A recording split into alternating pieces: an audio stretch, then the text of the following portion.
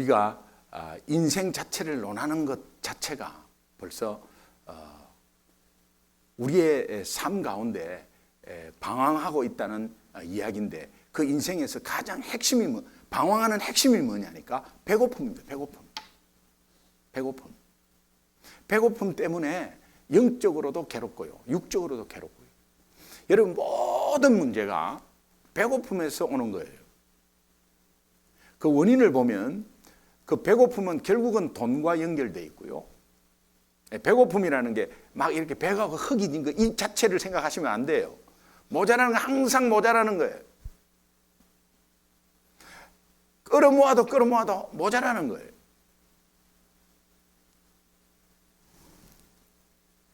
여러분 잘 아는 그 빅토르 유고의 명작 레 미제라블, 영어로 더 미제러블,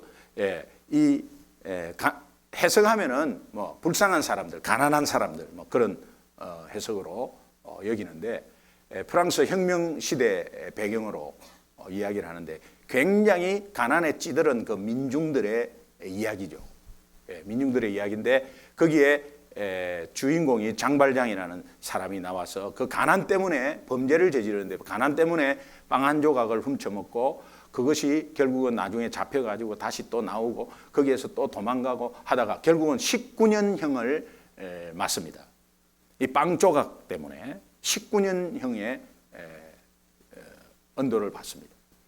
결국은 그 원인은 뭐냐? 배고픔. 이 배고픔이 엄청나게 힘든 거예요. 제가 여자 제자반 할 때 리트릿을 이제 갈 때 우리 금요 성령 집회 마치고 출발을 했습니다. 그러니까 금요 성령 집회 마치고 출발하니까 벌써 뭐 9시 반 10시 되잖아요. 그래가지고 출발했는데 고속도로가 공사한다고 막혔어요.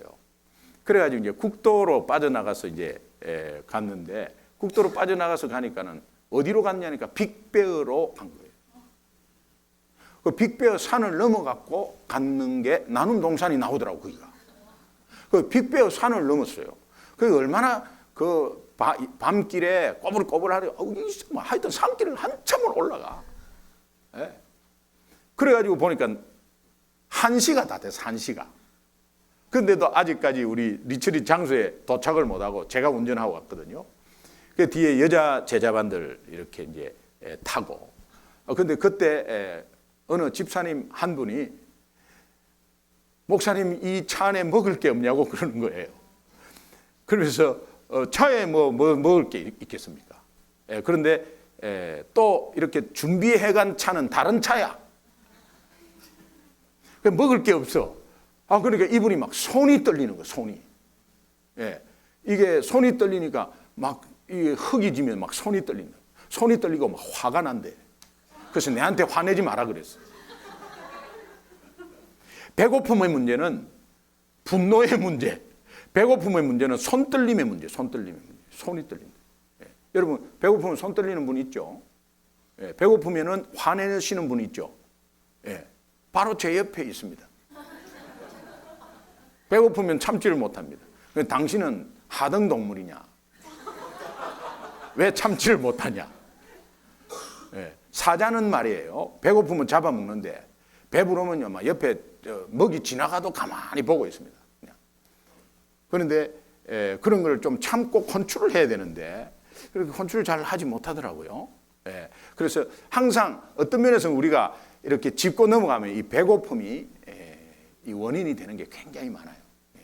그래서 배고픔은 손 떨리는 문제다, 이거. 손 떨리는 문제다.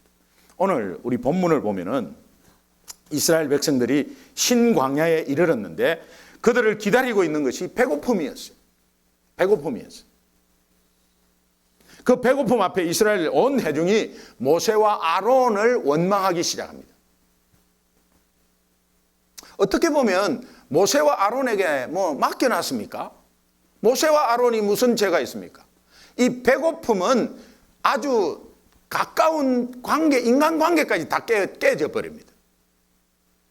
그러니까 지금까지 모세의 인도가 얼마나 위대했으면 모세를 감사하면서 존경하면서 따라온 이스라엘 백성들이 배고픔이 오니까 바로 손가락질 하면서 또 원망하고 불평하고, 이 배고픔은 아무리 좋은 관계라도 다 깨져버리는, 인간관계가 깨져버려요. 저는 이런 걸 경험했어요. 예. 자기가 손해나면 그냥 탁 돌아서는 모습들이 얼마나 많은지 몰라요. 우리 인간관계에서는. 이제 그런 가운데서 이 배고픔이 얼마나 사람들의 관계를 깨어버리고, 특별히 이 이스라엘 백성들이 존경하는 리더의 모세와 아론에게 원망과 불평을 하기 시작합니다. 이제 그들은 애굽에서 나온 지 겨우 한 달밖에 안 됐어요. 한 달밖에 안 됐어요. 1절에 보니까 애굽에서 나온 후 둘째 달 15일이더라. 출애굽할 때 첫째 달 15일에 출애굽했거든요. 그러니까 지금 애굽에서 나온 지 한 달밖에 안 됐어요. 한 달 사이에 어마어마한 기적을 체험하고, 그런 가운데서 다시 배고픔이 오는 가운데 또 불평을 시작합니다.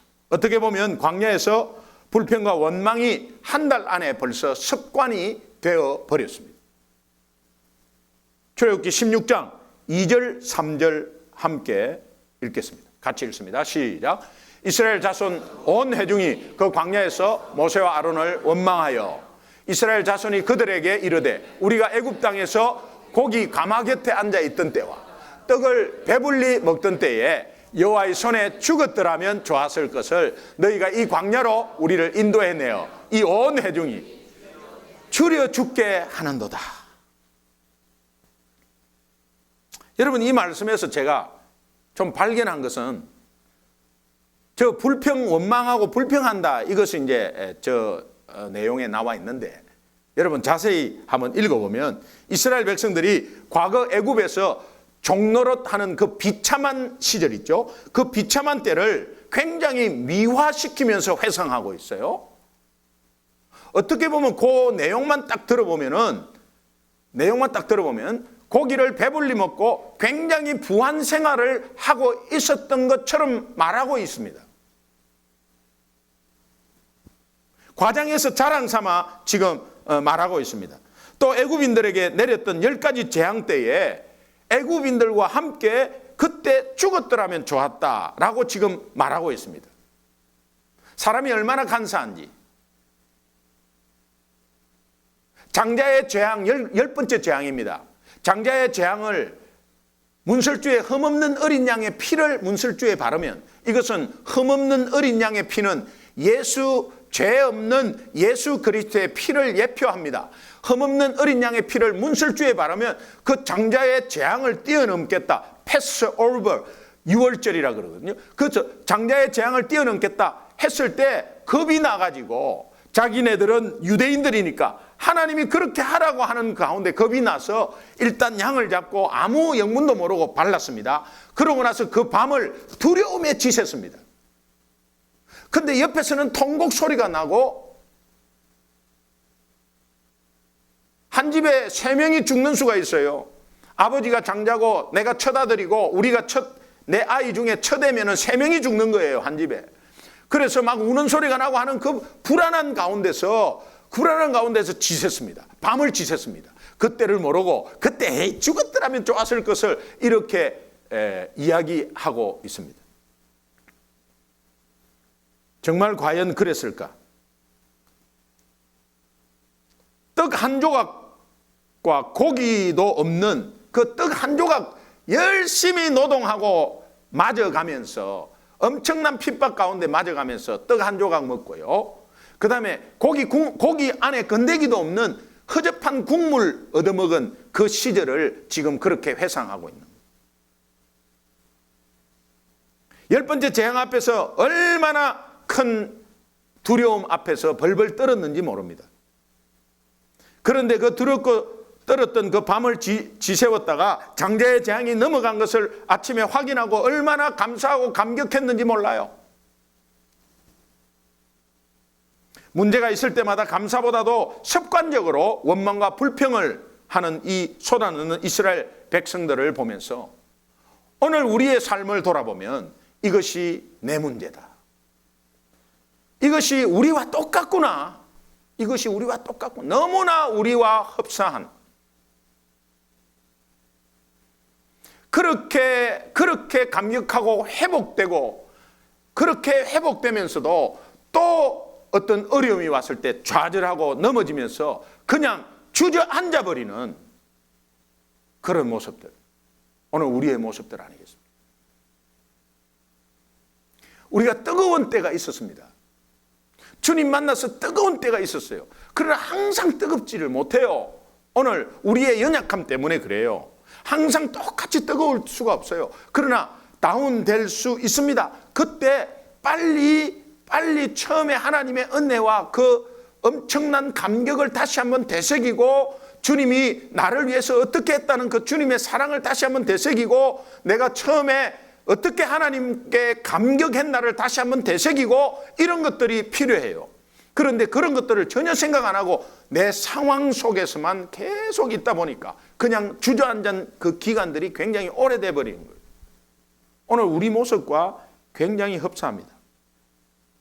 어떤 면에서는 우리 미국 이민 온 이민자들을 보면, 특별히 또 이민자들이나 유학 오셨거나 어떻게 미국에 어떻게 잘 살아보려고 왔습니다. 또 어떤 면에서는 우리 아버지가 왔습니다. 그런 가운데서 내가 정말 이 짓 하려고 여기 왔나라는 생각을 처음에 합니다. 이 짓 하려고 내가 여기 왔나. 내가 한국에 있을 때는 얼마나 잘 나갔는데, 근데 실제로요, 알아보면요, 잘 나간 게 없어요. 근데 과장돼서 그 미화하는 거예요. 한국에 있을 때 얼마나 고생한 사람들인데, 그 사람들이. 한국에 있을 때 돈 좀 벌었겠죠. 그 벌은 것만 생각하는 거야. 그러나 한국에서 돈 벌고 있으면 거기서 살지 왜 여기 와요? 뭔가 좀 나은 생활과 뭔가 돌파구를 뭔가 하기 위해서, 아니면 어떤 교육 시스템이나 아이들 공부나 아니면 뭔가 하기 위해서 온 거지. 근데 그때 잘 나간 그 이야기를 자꾸 하는 겁니다. 내가 누구를 알고 누구 알고 이러면서요. 그렇게 해서 미화하는 거예요. 똑같습니다. 또 사실 기억해 보면은 미국 들어올 때에 미국 대사관에 인터뷰 안 한 사람 어디 있습니까? 관광비자, 지금은 전자비자로 이렇게 오지만 6개월짜리 B1 비자, 그 관광비자로 할 때도 6개월 할 때도 그 인터뷰 다 하잖아요. 그리고 서류 접수할 때에 은행 구자 잔고, 그 다음에 누가 보증해 줘야지. 그거 찾아가면서 잔고 없는 거 억지로 만들어 가면서 그렇게 누구 보증해 가면서, 안 그러면 자기 부모가 없으면은 아는 사람한테 아니면 삼촌한테 찾아가더라도 그렇게 보증해 가지고, 그렇게 해서 해가지고 인터뷰할 때 그 조마조마 하면서 그렇게 해서 인터뷰 통과하고 비자 나왔을 때 그때 그 안도의 한숨, 이런 것들 다 경험했을 거예요. 그 까마득하게, 그거는 굉장히 가볍게 생각하는데 그게 미국 입국에 최고 중요한 거 아니에요? 안 그러면 못 들어오는 거 아니에요? 지금도 리젝트 돼갖고 수십 번 리젝트 돼가 못 들어오는 사람이 한두 사람입니까? 못 들어오는 거 아니에요? 근데 그것이 얼마나 큰 기적의 역사인데, 그것이 얼마나 큰 기적의 역사인데 그걸 잊어버려요. 그러면서 현재 삶의 어려움이 얼마나 어려운 그 어려움 가운데서 그런 것도 사실은 그게 별거 아니라고 생각해요. 그러나 그것이 저는요 최고 크다고 생각해요. 왜? 입국 자체를 하냐 안 하냐가 지금 미국에 들어오냐 안 들어오냐 그게 문제였으니까.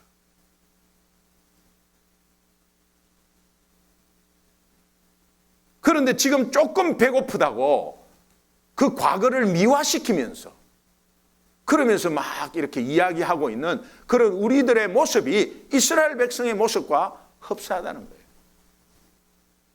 이런 백성들을 대할 때 여러분, 우리 같으면은 지금까지 정말 10가지 재앙을 주고 어떻게 해서든지 이끌어내고요. 그 다음에 정말 홍해 앞에서 또 못 들어갈까봐, 바다가 갈라지도 겁나서 못 들어갈까봐 뒤에서 애국 군대를 밀어가지고 그냥 뒤에서 밀어붙이고, 어떻게 해서 그렇게 해서 애국 군대 또 수장시키고 한 사람이라도 더 그냥 애국 저 홍해 건너게 하고 마라의 선물을 단물로 만들고 또 엘림의 그 환상의 오아시스 만나게 하고 뭐 이런 거 굉장히 인도를 하고 있었는데도 불구하고 이렇게 불평을 했을 때 우리 같으면, 우리가 그렇게 인도했다면 벌써 손 뗐을 거예요. 또 불평하나. 이 민족은 구제불능이다 이제. 내가 그렇게 해줬는데 이렇게 나올 수 있겠나? 그렇잖아요. 여러분, 우리가 조금 A라는 사람한테 막 헌신하고 봉사하고 막 이렇게 하다가 그 사람이 나중에 약간 배반하는 말을 탁 들었을 때 내가 지한테 이렇게 해줬는데 지가 내한테 이럴 수 있겠나? 이렇게 하잖아요, 보통. 예. 여러분은 그렇게 안 하는 것. 예. 보통 우리는 그렇게 해요. 그런데 하나님은요, 이 배고픔 앞에서 원망 불평하고 정신 못 차리고 있는 이 이스라엘 백성들을 그대로 내버려 두지 않고 오히려 그들이 상상할 수도 없는 하늘의 양식을 공급합니다. 이런 걸 볼 때요, 참 변함없는 하나님, 신실하신 하나님. 오늘도 우리가 불평불만하고 있었을 때도 단지 하나님의 자녀이기 때문에 하나님은 우리를 끝까지 뭔가를 해주려고 우리를 오늘도 인도하고 있음을 믿으시기 바랍니다. 할렐루야. 예. 우리도 모르는 사이에 지금 뭔가를 계획하고 우리도 모르는 사이에 뭔가를 주시려고 하는 하나님 아버지의 그 마음이 있어요. 현실이 어려워도 그 어려운 속에서 이 시험을 어떻게 이놈이 통과할까? 앞으로도 어려움이 있을 때에 그저 주저앉아 있고 그냥 따라오지 못하면 어떡하나? 그래, 내가 기다려서라도 이렇게 세워서라도 내가 데리고 가야지. 그러나 너를 좀 더 강하게 하기 위해서 내가 이 시험 문제를 줬는데 이 시험 문제를 그렇게 못 풀어 그래. 그러면서 나중에는 답까지 주어가면서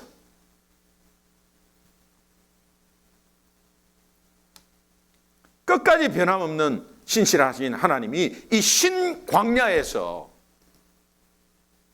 하늘의 양식을 공급해 주신다는 거예요.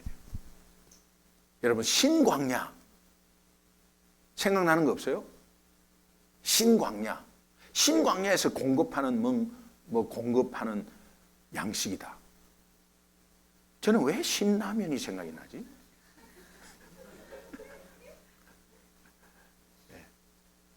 만나와 메추라기. 상상을 할 수가 없었어요. 출애굽기 16장 12절 함께 한번 읽겠습니다. 같이 읽습니다. 시작. 내가 이스라엘 자손의 원망함을 들었노라. 그들에게 말하여 이르기를 너희가 해질 때에 고기를 먹고 아침에는 떡으로 배부르리니 내가 여호와 너희의 하나님인 줄 알리라 하시니. 불평하는데 이제 끝났다, 이제 털겠다 이렇게 하는 것이 아니라 불평하는데 이제 또 그것이 무엇으로? 배고픔으로 불평하는데 배고픔으로 불평해서 기도하는 것이 아니라 배고픔으로 불평하는데 하나님이 그 배고픔을 아침 저녁으로 채워주시겠다. 그래서 일용할 양식이라는 거예요. 아침 저녁으로. 여러분이 꼭 일용할 양식은 꼭 먹는 것만 생각하는데 그렇지 않아요. 하루에 필요한 모든 것을 하나님은 공급하신다는 거예요. 왜 일용할 양식이라고 했겠어요? 우리는 1년용할 양식을 구하니까 그렇게 해서 우리에게 우리의 욕심에 대한 절제를 나타내는 거예요. 일용할 양식이라는 그 의미가 너무 욕심부려서 하니까. 그래서 매일매일 조금씩 걷어라는 거예요. 매일매일. 그래서 좀 더 가져가면 썩어버려요. 매일매일 그때 먹을 분량만 딱 가져가라. 이스라엘 백성들은 그렇게 하지 않았어. 처음에는 엄청나게 많이 걷어가 버렸어. 엄청나게 많이 걷어가니까요, 조금 연약한 사람이나 조금 몸이 불편한 사람이나 어린 아이는 반밖에 못 갔어요. 하루에 먹을 거에 반밖에 못 가져갔어요. 어떤 사람은 막 한 달치, 두 달치도 가져갔어요. 그러나 나중에 다 그날 딱 먹는 것만 딱 먹고 나중에 다 썩어버려요.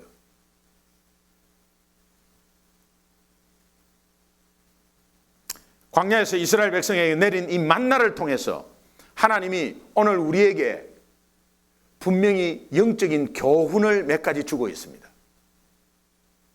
이 교훈을 여러분 오늘 귀 활짝 열고 마음은 활짝 열고 이 짧은 시간에 주님이 만나를 통해서 우리에게 영적인 교훈이 있습니다.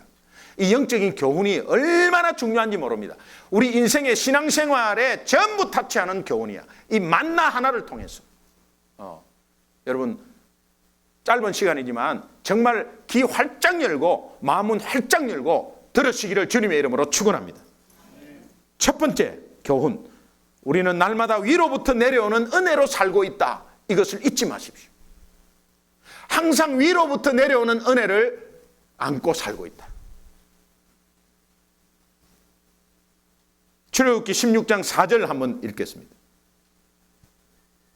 같이 읽습니다. 시작. 그때 여호와께서 모세에게 이르시되 보라 내가 너희를 위하여 하늘에서 양식을 비같이 내리리니 백성이 나가서 일용할 것을 날마다 거둘 것이라. 이같이 하여 그들이 내 율법을 준행하나 아니하나 내가 시험하리라. 하늘에서 양식을 비같이 내리겠다. 그래서 너희들은 날마다 일용할 양식을 거둘 것이다. 하늘에서 양식을 비같이 내리겠다. 이 하늘에서 라는 것이 샤마임이라는 말인데 이 샤마임이라는 이 단어가 위로부터 내려오는 은혜를 사용할 때 쓰는 단어예요. 그래서 하늘에 계신 우리 아버지여 할 때 그 신약에서의 하늘 샤마임과 같은 단어예요.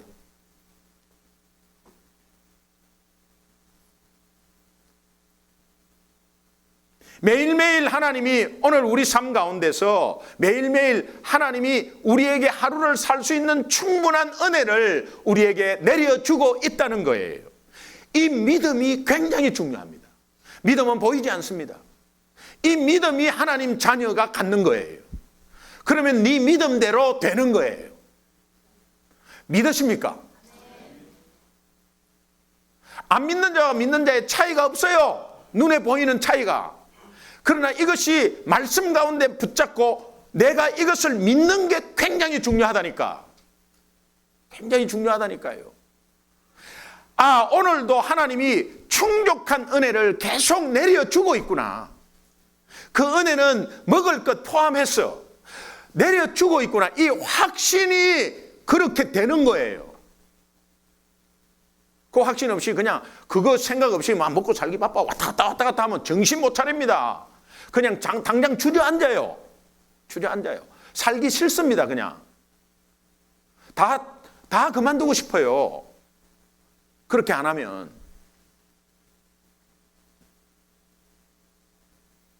위로부터 내려오는 은혜로 살고 있다는 이 의미는 아무리 사방이 우리 인간적으로 사람이 생각하기에 사방이 꽉 다 막혔습니다. 위는 열려 있다 이 말이에요. 상황이 막혀요. 여기도 막히고 저기도 막히고 안 풀려요. 도대체 나는 예수 믿는데 왜 이런단 말이야. 이쪽도 갈래도 안 풀리고 이쪽도 갈래도 꽉 막히고 지금 뭐냐 말이야. 위가 열려 있어요. 위가. 이 확신 가운데서 사방이 뚫려버린다 이 말이요.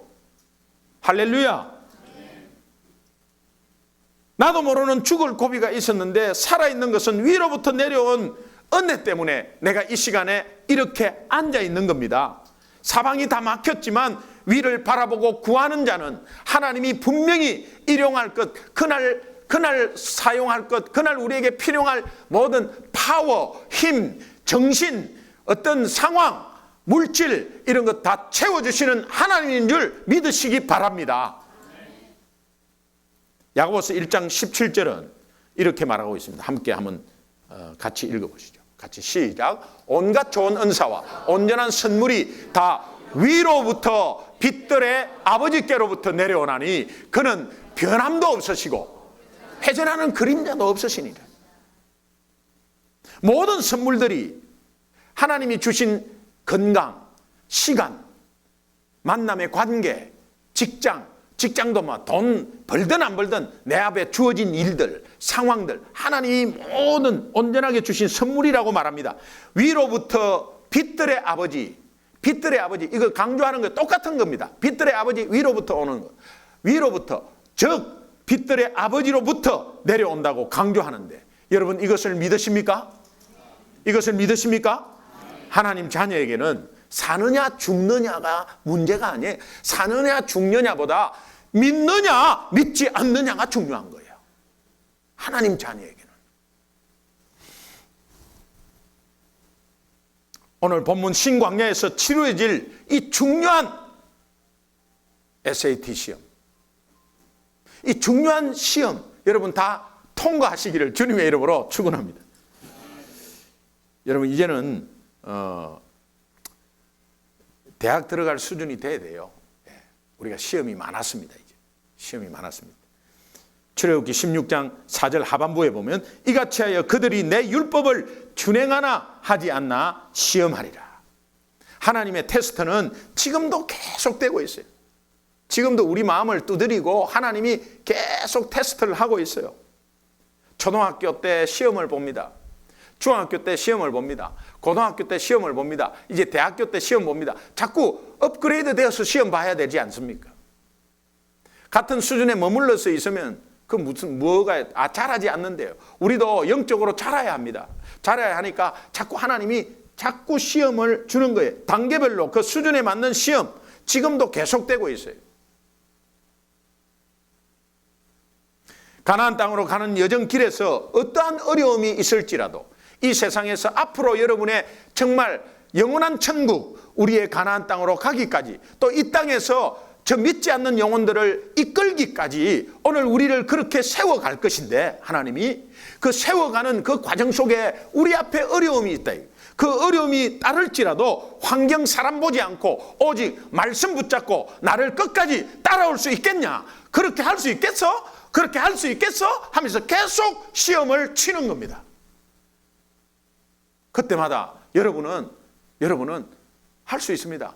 따라가겠습니다. 주님 말씀 붙잡겠습니다. 그렇게 하고 자꾸 오는 것이 그게 합격이에요. 얼마나 쉬워요.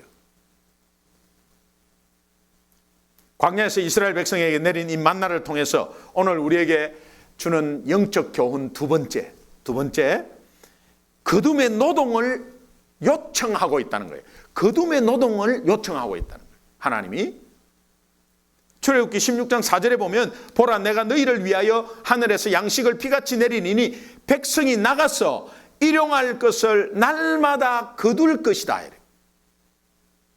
방에 콕 처박혀 있어가지고 가만히 있으면서 두는 게 아니에요. 하나님이 다 해놨지만 거두는 노력, 수고가 꼭 필요하다는 거예요. 그것을 오늘 영적 교훈으로 줍니다. 이 만나를 통해서. 거둠의 수고. 거둠의 수고 없이 만나의 양식을 절대로 얻을 수가 없습니다. 예를 들면 영적으로 우리가 만나를 하늘의 양식, 말씀이라고 합니다. 그러면 말씀을 그냥 거둠의 수고, 오늘 예배에 참석해야 거두는 거야. 큐티를 해야 거두는 거예요. 그런 수고가 우리 앞에 있어야 되는 거예요. 하나님은 다 해놨어요. 다 해놨는데 그렇게 하지 못한다는 것이 바보지요. 그렇게 하지 못하니까 못 얻어먹고 있는 거예요. 공급을 받지 못하고 있는 거예요. 하나님 자녀임에도 불구하고.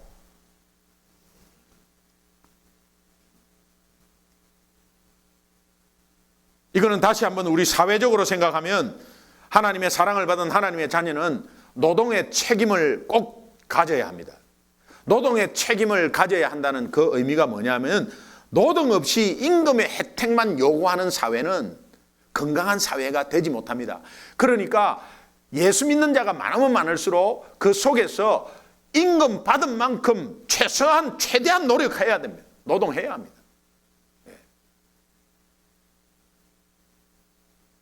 임금은 조금 주고 일을 많이 시켜도 안 됩니다. 그러나 내가 월급을 받는 가운데 그 받는 것을 최대한도로 해야 합니다. 하나님은 그걸 다 도둑질한다고 이야기합니다. 그걸. 월급을 받는데 제대로 일을 안 하고 농땡이를 치면 그것은 도둑질하는 것이고, 또 일을 많이 시켜놓고 작게 주는 것도 그것들 도둑질하는 것이다. 오늘 노동의 대가란 신성한 겁니다. 그래서 오늘 이 거둠의 수고라는 그 의미의 사회적인 의미는 그런 의미예요. 그래서 예수 믿는 자가 사회적으로 많이 나가 있을 때는 굉장히 그 사회가 질서가 좋고 건강한 사회가 되는 거예요. 미국이 처음에 그랬어요. 그래서 선진국이 다 예수 믿는 나라가 처음에 그랬어요. 처음에. 미국이 지금은 망했지만은 말이에요. 영적으로. 그러나 처음에 그래서 그것이 셋업이 되어서 지금까지 내려오는 거예요. 여러분 예수 믿지 않는 나라들 보십시오. 부패 그런 부패 없어. 이런 것들이 거둠의 수고를 하지 않고 뒤에서 덩쳐먹고 사기치고 뭔가 일확천금을 노리고 뭐 그렇게 하는 거예요. 혹시 로또 사신 분 계세요? 그런 거 하지 마세요. 그거는 성경적인 게 아니에요. 자, 그렇다면 영적으로도 마찬가지예요. 영적으로도. 휘어져 추수할 수 있도록 하나님께서 익은 영혼들을 다 예비해 놓았습니다. 그러면 우리가 그들을 찾아가야 돼요. 우리가 그들을 찾아가는 수고가 있어야 돼요. 우리가 그들을 위해서 기도하는 수고가 있어야 돼요. 그래서 우리가 태신자, 그래서 제가 말씀을 묵상하다가 지금까지는 우리가 확정 태신자라는 말을 사용하지 않았습니다. 확정 태신자라는 말은 그냥 태신자로 해서 한국에 있는 분들 다 앞에서 기도했습니다. 지금까지는. 그러나 제가 이 말씀 묵상하면서 찾아가는 수고도 해야 되겠다 우리가. 그래서 주변에 죽어져가는 영혼들이 많다면 1차적으로는 전부 다 포함해서 우리 기도하고 그 다음에는 좀 더 좁혀서 우리가 수고하는 노동의 노력, 거둠의 수고를 해야 되지 않을까. 그래서 확정 태신자를 정하게 된 것입니다. 우리가 찾아가서 커피 한 잔, 식사 한 번이라도 더 대접하는 섬김에 이런 수고가 있어야 하나님이 다 해놓은 곡식을 거둘 수가 있다는 거예요.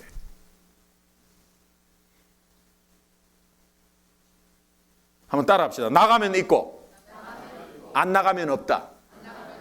말하면 있고, 말 안 하면 없다. 하나님이 다 해놓은 거다 이 말이에요. 우리가 안 했기 때문이다 이 말이에요. 여러분 이것이 오늘 우리 교회가 이 거둠의 수고를 해야 합니다. 이 거둠의 수고를 꼭 해야 합니다. 그렇게 할 때 하나님이 기뻐하시는 거예요. 그 삶을 기뻐하시는 거예요. 어떠한 봉사보다 이 거둠의 노력이 꼭 필요합니다. 이것이 오늘 하나님이 만나를 통해서 우리에게 주시는 교훈이고요. 이제 그 세 번째 교훈은 노동이라는 것은 특별히 안식의 균형을 함께 동반합니다. 그래서 노동과 안식이 균형을 맞춰야 돼요. 이 교훈을 우리에게 주고 있어요. 이 만나를 통해서. 출애굽기 16장 25절에서 27절 함께 한번 읽겠습니다. 같이 읽습니다. 시작. 모세가 이르되 오늘은 그것을 먹으라. 오늘은 여호와의 안식일인즉 오늘은 너희가 들에서 그것을 얻지 못하리라. 엿새 동안은 너희가 그것을 거두되 일곱째 날은 안식일인즉 그날에는 없으리라 하였으나 일곱째 날에 백성 중 어떤 사람들이 거두러 나갔다가 말씀대로입니다. 여섯째 날로 노동을 거둠의 수고를 종료해버립니다. 하나님이 종료해버립니다. 6일간의 노동이 중요하지만 노동과 안식의 균형을 하나님이 지금 강조하고 있습니다. 주일에 혹시 이렇게 건강을 위해서 산에 올라가는 분 있죠. 건강을 위해서 이렇게 예수 안 믿는 분들은 주로 산에 올라가서 이렇게 주일에 이렇게 자기 건강을 챙깁니다. 산에 올라갔다고 건강하느냐? 몸은 산에 올라가 있는데 마음은 일에 가 있어요. 또 염려 걱정하는 데 가 있어요. 그러니까 안 되는 거예요. 여러분 강한 거와 건강한 것 다른 것이고요. 약한 거와 병든 것은 다른 것입니다. 실제로 우리가 건강한 모습이 어떤 모습이냐? 하나님이 원리를 가르쳐주고 있어요. 하나님이 이 원리를 가르쳐주고 있어요. 진정한 심, 가장 불쌍한 사람은 죽어라고 일하다가 죽는 사람, 가장 불쌍한 사람. 365일 어떻게 쉬지도 않고요. 볼티모어 다운타운에 전도를 나갔는데 그로서리 하시는 부부인데 365일 쉬지를 않아. 와, 그 어떻게 사는지 모르겠어요. 그분들이 뭐 쉬고 싶겠죠. 그런데 쉬지 못하는 상황이겠지. 이해는 합니다. 이해는 합니다. 그런데 주님을 모르니까 그러는 거예요. 하나님을 알면 그렇게 하지 않아요. 그렇게 하지 않아요. 그게 나쁘다, 그거는 바보짓이다, 이런 게 아니라 하나님을 모르기 때문에. 그래서 그분들에게 복음을 전해야 합니다.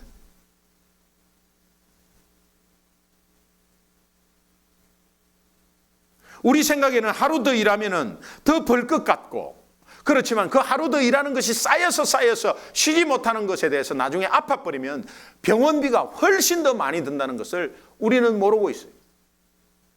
물질적으로 예를 들면 그렇습니다.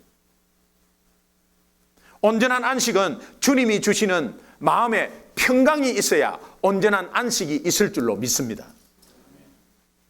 이것이 육신의 건강을 가져오고요, 주일에 예배 드림으로 주님이 주시는 평강을 얻게 되고, 그 말씀 가운데 평강을 얻게 되면 이것이 영혼의 안식과 직결되어서 결국은 그 영혼의 안식은 육신의 건강을 가져오게 돼요. 내 영혼이 잘됨 같이 범사가 풀리고 강건해지는 하나님의 법칙. 일단 영혼이 잘 되는 것에 여러분 시간과 모든 것을 투자하시기 바랍니다. 거기에서 여러분이 주일날 여기 예배를 드리고 봉사를 하고 이것을 another work로 생각하면 은혜가 안 되잖아요. 그러면은 못 쉬는 거예요. 그러나 주일이 하나님의 영적인 심에 분명히 하나님의 준비한 날이고, 또 내가 그것을 기대하며 하나님의 은혜 가운데 영혼의 평강함에 안식을 받고 은혜를 받는 이 은혜로 봉사를 하고, 그 봉사 가운데서 기쁨으로 섬기는 이런 마음들이 있다면 그 주일은 진짜 쉼의 날이에요. 쉼의 날이에요. 성경이 말하는 안식은 진정한 릴렉스는 예배입니다. 예배. 오늘 이 시간이 진정한 릴렉스예요. 좌우로 한번 이 시점에서 얼굴 보면서 이렇게 릴렉스 인사합시다. 릴렉스. 여러분 예배 드릴 때, 자, 한 주간에 여러분의 삶을 지금 맡기는 마음이 있죠. 또 예배 드릴 때 내가 정말 어떤 면에서는 내가 더 자고 싶었죠. 더 자고 싶죠. 근데 자기 욕심에 대한 절제나 이런 것들을 드리게 되고요. 그 다음에 하나님에 대한 신뢰가 있기 때문에 나온 것 아니에요. 이게 다 포함이 되어 있는 거예요. 예배가. 이 예배 굉장히 중요한 시간이죠. 출애굽기 16장 우리 5절 본문 마지막 말씀 5절 한번 보겠습니다. 같이 한번 읽습니다. 시작. 여섯째 날에는 그들이 그 거둔 것을 준비할지니 날마다 거두던 것에 갑절이 되리라 그랬어요. 놀라운 발견은 안식일 전 여섯째 날에 하나님은 날마다 거두었던 것에 갑절로 주겠다는 거예요. 그래서 안식일 날 일할 필요가 없다는 거예요.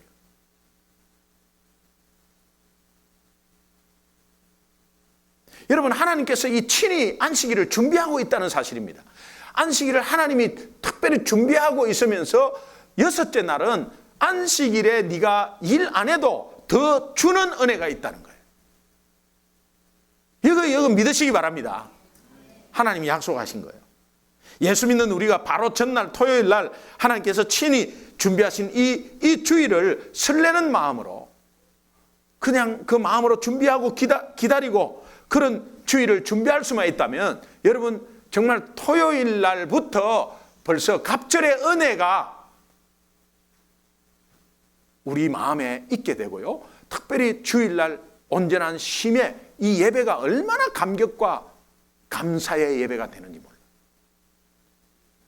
마지막 만나를 통해서 주시는 영적 교훈 마지막 네 번째, 이 거둠은 나눔의 책임을 요청해요. 거둠은 나눔의 책임을 요청하고 있어요. 자, 거둠에 수고가 있죠. 근데 거두었습니다. 이 거뒀는데 네만을 위해서 주는 게 아니라는 거예요. 네가 거뒀다면 나누라는 거예요. 근데 하나님이요, 우리의 모습을 잘 알아요. 자, 일용할 것만 딱 너가 가질 것만 딱 가지라. 그래서 출애굽기 16장 16절을 한번 보면 이 오멜이라는 단어가 나와요. 한번 같이 읽어봅시다. 시작. 여호와께서 이같이 명령하시기를 너희 각 사람은 먹을 만큼만 이것을 거두라. 곧 너희 사람 수요대로 한 사람의 한 오멜씩 거두되 각 사람이 그의 장막에 있는 자들을 위해서 거둘지니라. 1인당 한 오멜씩 거두라. 요게 약 2.3리터입니다. 딱 한 끼분, 딱 한 끼분이에요. 그것만 거두라 이랬는데 막 엄청나게 많이 거두고 이게 말을 안 들어요. 뭐 우리 안 그렇겠어요. 이 광야에서 지금 내일 무슨 일이 벌어질지 모르는데 많이 비축해놔야지. 그러니까 오늘 우리 광야에 이 세상의 광야를 살면서 지금 은행 잔고가 없는데 지금 1년 뒤가 지금 문제잖아요. 1년 뒤를 걱정하고 있는 우리의 모습과 똑같잖아요, 지금. 그래서 막 지금 주워 담고 있어요. 다 썩는 건데요.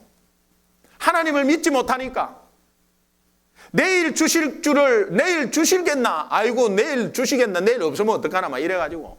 네. 그래서 어떤 사람은 욕심내서 막 100오멜 가져가는 사람도 있고, 어떤 사람은 뭐 반 오멜 가져가는 사람도 있고, 많기도 하고 적기도 하였다. 그런데 부족함 없이 각 사람들 모두가 먹을 만큼만 거두었다고 그렇게 말씀하고 있습니다.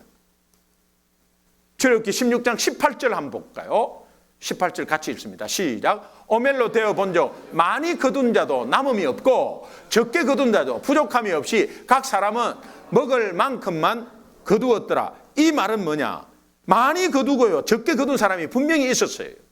그 성경에는 그런 말씀을 중간에 하고 있습니다. 그런데 지금 결론으로 저렇게 된 것은 뭐냐? 많이 거둔 사람이 적게 거둔 사람과 나누었다는 거예요. 분명히 몸이 불편한 사람, 아픈 사람이 있었겠죠. 또 어린아이가 있었겠죠. 그런 것들을 다 나누었다는 거예요. 출애굽기 16장 18절은 사도 바울이 다시 한번 이런 표현을 하고 있습니다. 이 고린도후서 8장 14절 15절 보겠습니다. 같이 한번 읽습니다. 시작. 이제 너희의 넉넉한 것으로 그들의 부족한 것을 보충함은 후에 그들의 넉넉한 것으로 너희의 부족한 것을 보충하여 균등하게 하려 함이라. 기록된 것 같이 많이 거둔 자도 남지 않으였고 적게 거둔 자도 모자라지 아니. 출애굽기 16장 18절의 말씀을 인용하는 거예요. 남들보다 더 좋은 조건이나 축복이 나에게 허락되신 분이 있습니까?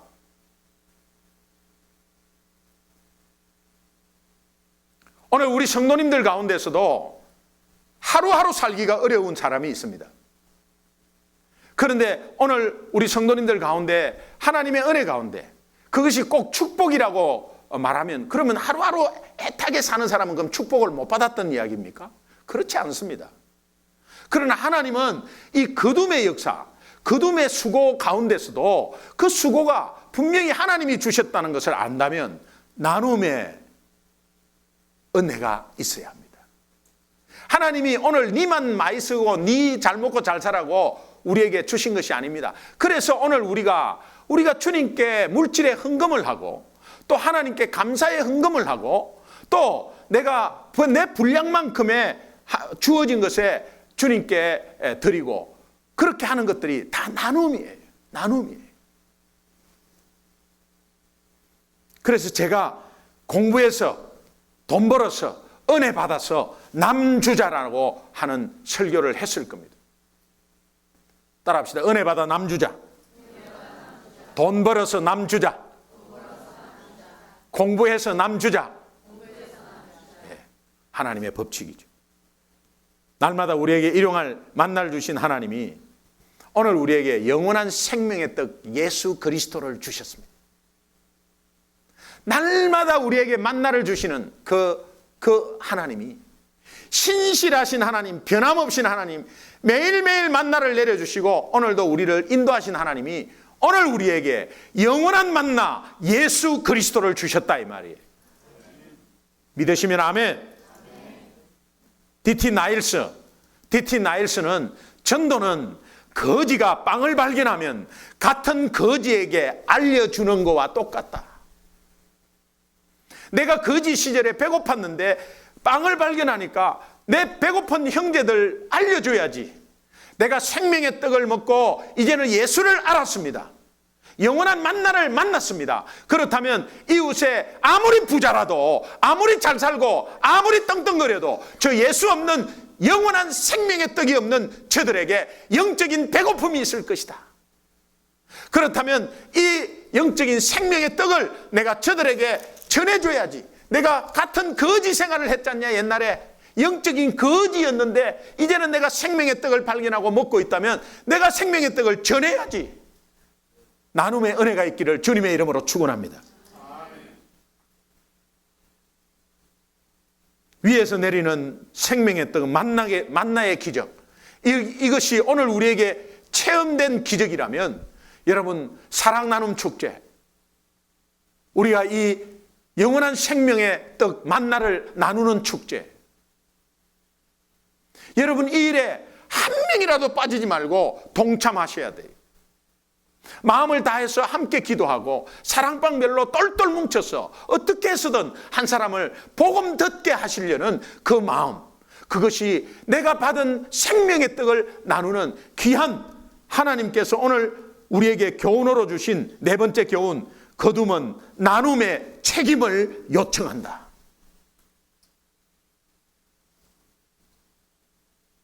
확정태신자를 위해서 기도하고 찾아가는 그 수고, 거둠의 노력과 나눔의 실천이 있을 때에 하나님께서 작정된 익은 영혼들을 우리에게 많이 추수하게 할 줄로 믿습니다. 이 일을 할 때 하나님은 우리의 일을 대신해 주실 줄로 믿습니다. 기도하겠습니다.